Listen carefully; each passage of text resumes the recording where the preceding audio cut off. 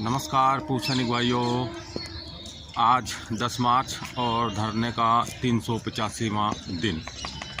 सदैव की भांति आपका धरना देखिए जंतर मंतर पर लगा हुआ है। और ये हमारे बोर्ड और ये फैक्ट फेडरेशन वाले, इन्हें तो आप सभी जान ही चुके हैं। ये गोपाल कृष्ण जी और ये हमारी विसंगतियों का बोर्ड, जिसे हम सरकार से जो है मनवाने की कोशिश कर रहे हैं। सरकार हमारी सुने और सभी पूर्व सैनिकों के लिए जो है कार्य करे। और ये जंतर मंतर का सीन। आइए मिलते हैं गोपाल कृष्ण जी से। Sir Ram Ram. Ram Ram sir, good morning. समस्त पूर्व सैनिकों को मेरे तरफ से राम राम।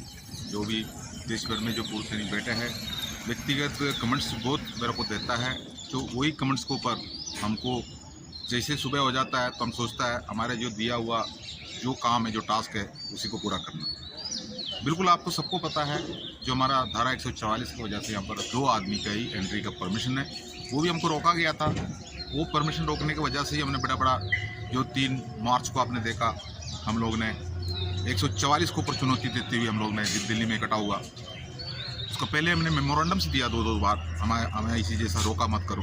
जो कानून के दायरे में अगर 2 आदमी के लिए परमिशन है तो 2 आदमी हम जाके अपना काम करेंगे, क्योंकि हमारा इतना बड़ा आंदोलन को ब्रेक करने का जो प्लानिंग हमारा वरिष्ठ अधिकारी द्वारा सरकार के साथ में मिलकर कर रहा है, और उनका मदद करने के लिए उन्होंने जो सेना के अंदर रहते हुए किसी को उन्होंने कुछ लॉलीपॉपी दिया था, उनको किसी संगठन का हेड बना के उन्हीं का मुंह खुलवा के हमें टांग खिंचवाने के लिए लगा कर रखा है।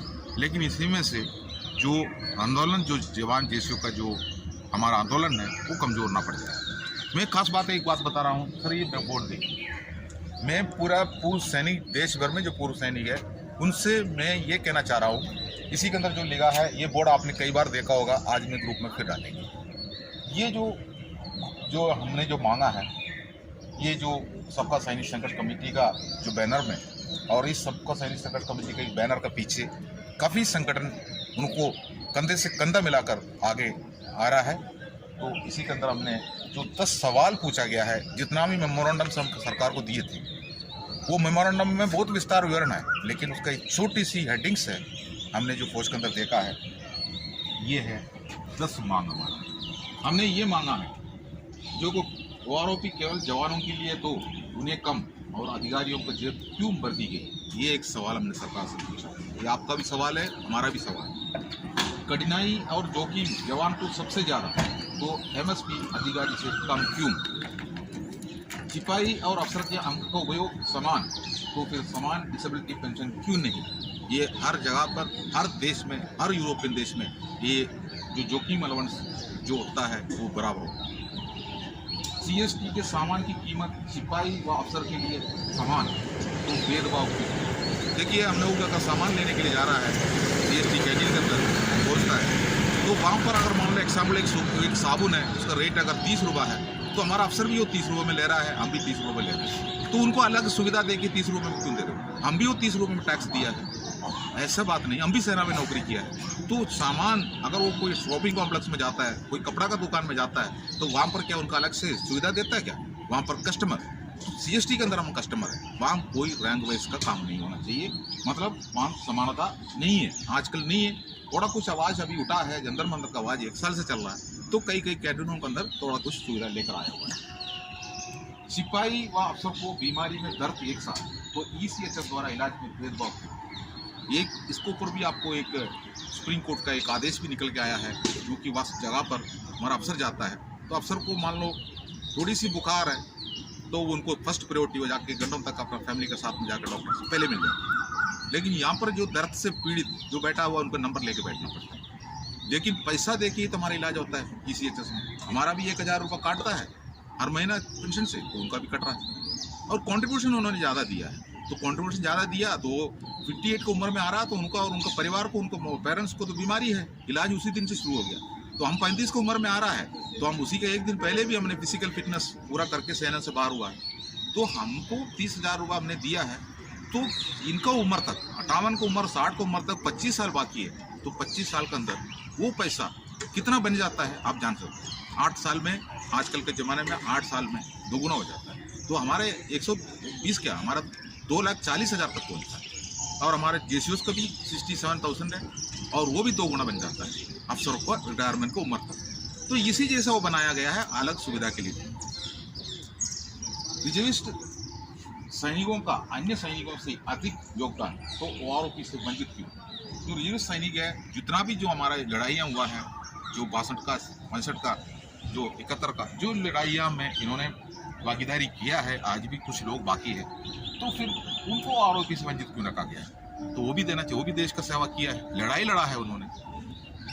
और हमारा ये कि महत्वपूर्ण सवाल है, क्या प्रीमेच्योर रिटायरमेंट को OROP नहीं देना वायदा खिलाफी नहीं है?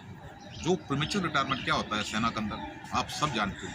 हमारा 10% प्रमोशन होता है, 90% लोग सिपाही से बाहर आना पड़ता है, और वो 35 की उम्र में निकल के बाहर आ जाता है। तो OROP कम सर्विस करके आने वाले के लिए लिखा है। तो प्रीमेच्योर रिटायरमेंट का बात यही आता है, हमें 10% जो प्रमोशन आगे जो है वो भी 50 की उम्र तक बाहर आ जाएंगे। उसमें नायक 2-3 साल का एक्स्ट्रा करके आ जाएंगे, हवलदार कुछ करके आ जाएंगे। इसी जैसा उनका एक रेंज रखा हुआ है। लेकिन वहाँ पर, उस जगह पर हमारा साथ में कुछ भी बीत सकता है, कुछ प्रॉब्लम्स हो सकता है। एक जवान JCO का प्रॉब्लम ये होता है, एक अंधा काला कानून बना कर रखा है। अगर कोई जवान और JCO अगर बीमार हो जाता है तो बीमारी का इलाज उनको टाइम पर नहीं मिलता है, नहीं जा सकता है वो। अगर मान लो किसी ने, अगर मान लो मेरे को थोड़ा सा बीमारी है, फौज में सर्विस किया है, मैं जो बता रहा आप सुन लिया, आप सुनो।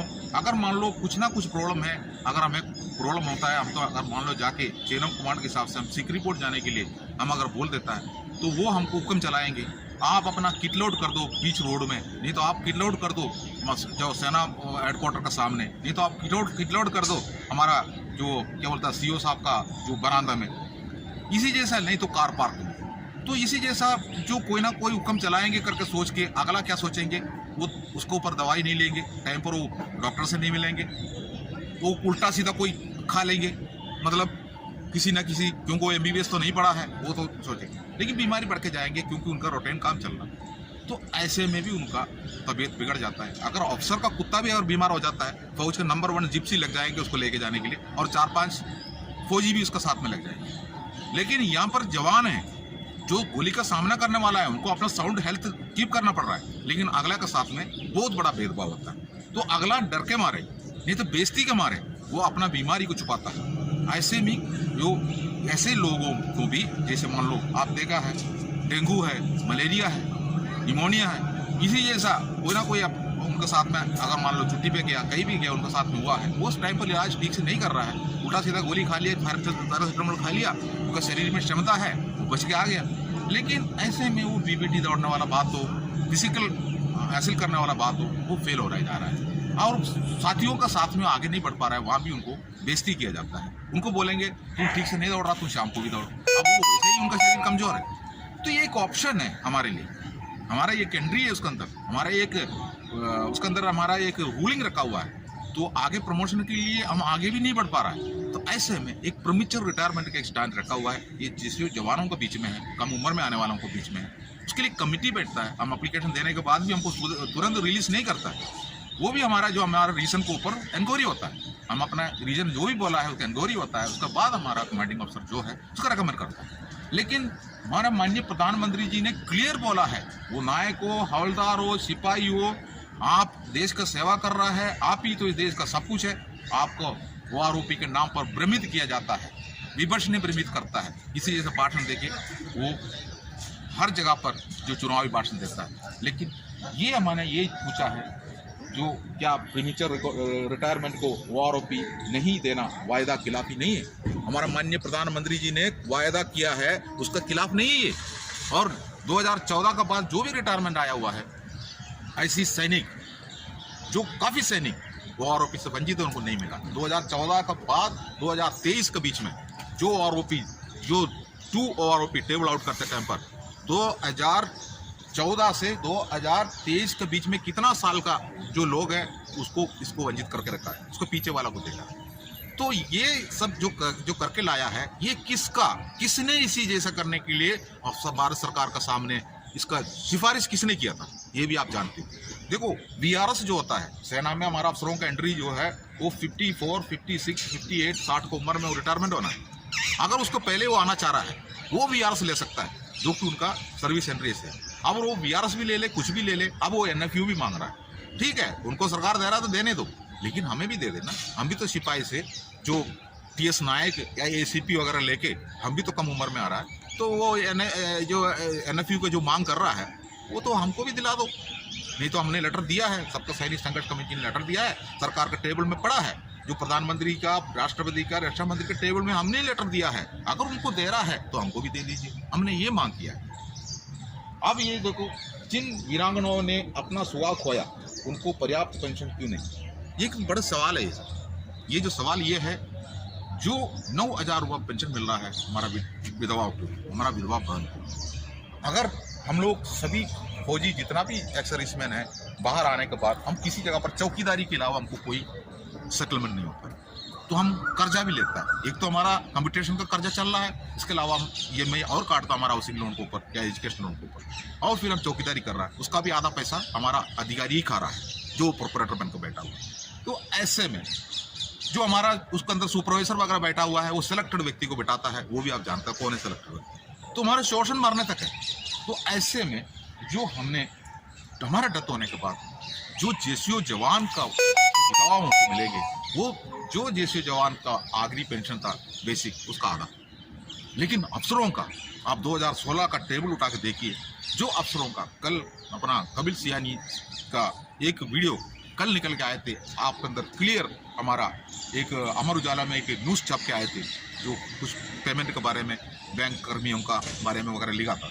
उन्होंने उसको ऊपर एक वीडियो, बहुत अच्छा एक वीडियो बनाया था, कम से कम वो तो कम से कम देख लो आप रिवाइंड करके।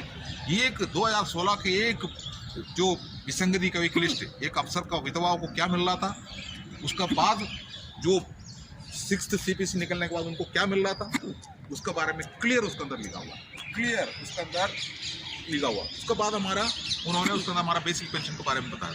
तो आप लोग ये सब कुछ सुनते क्यों नहीं? दूसरी बात, तो हमारा भेदभाव बहुत है, जो कि हम लोगों ने जो कर्जा लेके बैठा हुआ है, हम सेटल्ड नहीं है, दूसरा नसीब में कुछ नहीं है, सैनिक कल्याण के नाम पर ठप्पा है, और पुनर्वास हमारे लिए कुछ नहीं है, उसमें उस जगह पर भी हमारा अधिकारी बैठा हुआ है, वो जिसको चाहता है उसको करेंगे, जो कि उनके लिए सेवा करते हैं टाइम पर किसने उनके चमचगिरी किया है उसको ढूंढ ढूंढ के उनको सेटलमेंट कर देंगे, जो कि सीमित कोटा होता है। और जो एडी पंजा में नौकरी किया है वो तो अपना हक के लिए चंद्र मंदिर जैसा रोडों में बैठ के साल भर के जो भोगते रहेंगे, और उनका टांग खींचने के लिए वो सेलेक्टर व्यक्ति पीछे लग जाता है। और ग्रुप एक्स के सैनिकों की पेंशन में कटौती क्या चलावा नहीं है? जो ग्रुप एक्स के साथ में जो अभी एक फैसला माननीय सुप्रीम कोर्ट से हुआ है, जो उनको अपना हक के लिए उनको सुप्रीम कोर्ट तक जाना पड़ा, जो हमारा ग्रुप एक्स सैनिकों के बारे में बता रहा हूँ। पेंशन रेगुलेशन एक्ट रिजर्विस्ट और ऑर्डनरी नायक, हवलदार और नायब सुधार के लिए क्यों नहीं लागू किया गया? ये भी एक बड़ा सवाल हमने जो पेंशन रेगुलेशन एक्ट के ऊपर जो रिजर्विस्ट के लिए लिखा गया, ये हमने 10 सवाल सरकार से पूछा है। यही हम लोग ने 1 साल से यहाँ से हमने सरकार को दिया हुआ मेमोरेंडम में भी इसका विस्तार विवरण है। इसके अलावा हमारा गुलामी के पीछे और भेदभाव के पीछे, सेना के अंदर जो जुर्म हो रहा है उसके पीछे, जो हमारा काला कानून जो अंग्रेजों का टाइम पर बनाया हुआ, वो आर्मी ऑर्डर को समाप्त करके हमारे लिए एक नया आर्मी कानून बनाए, जो कि ब्रिटिश वाले ने हमारा ऊपर गुलामी को जो कायम रखने के लिए उन्होंने बनाया, वो उस कानून को आज हमारा अंग्रेज अफसर, हमारा काले अंग्रेज अफसर बोलता है उनको, हमारा जितना भी अफसर है उनके लिए हमने काले अंग्रेज नाम दिया है, जो कि काले अंग्रेजों का जो कारनामा हमने सहन करके सेना में नौकरी किया है, आज भी हमारा सैनिक वो सहन कर रहा है, इसलिए हम काले अंग्रेज बताया हुआ है, उसमें कोई दौराई नहीं है।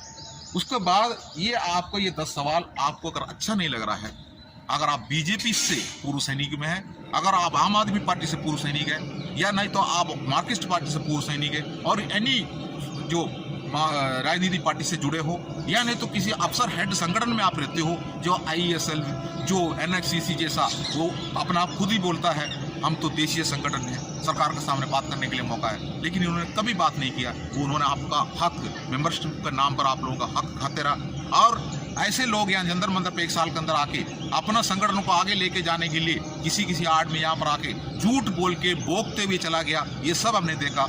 लेकिन सबका सैनिक संघ कमेटी ना टूटा है ना बिका है। इस जगह पर एक ताकत का जो मतलब कितना ताकत बताओ, बहुत बड़ा एक संगठन है। ये संगठन का जो पीछे जो एग्जीक्यूटिव कमेटी है बहुत मजबूती से अपने जगह पर बैठा हुआ है। जंतर मंतर का हर एक दिन का रिपोर्ट वो लेता है, उसके बाद मीटिंगें चलता है और ये बहुत अच्छे बैकडोर काम चलता है। तभी जाके मेरे जैसा दो आदमी, ये जो आपको दिखाई दे रहा है जहाँ पर जो एक मक्खी भी नहीं बैठ रहा है, इसी जगह पर खड़ा होकर हम इसी जैसा भाषण दे रहा है, जो कि हमारा पीछे बहुत बड़ा एक संगठन है और उस संगठन के पीछे पूर्व सैनिक भी डटे हैं और वो देख रहा है जंतर मंतर क्या हो रहा है। इतना आसानी से जंतर मंतर से हमें निकाल के उखाड़ के नहीं फेंक सकता है।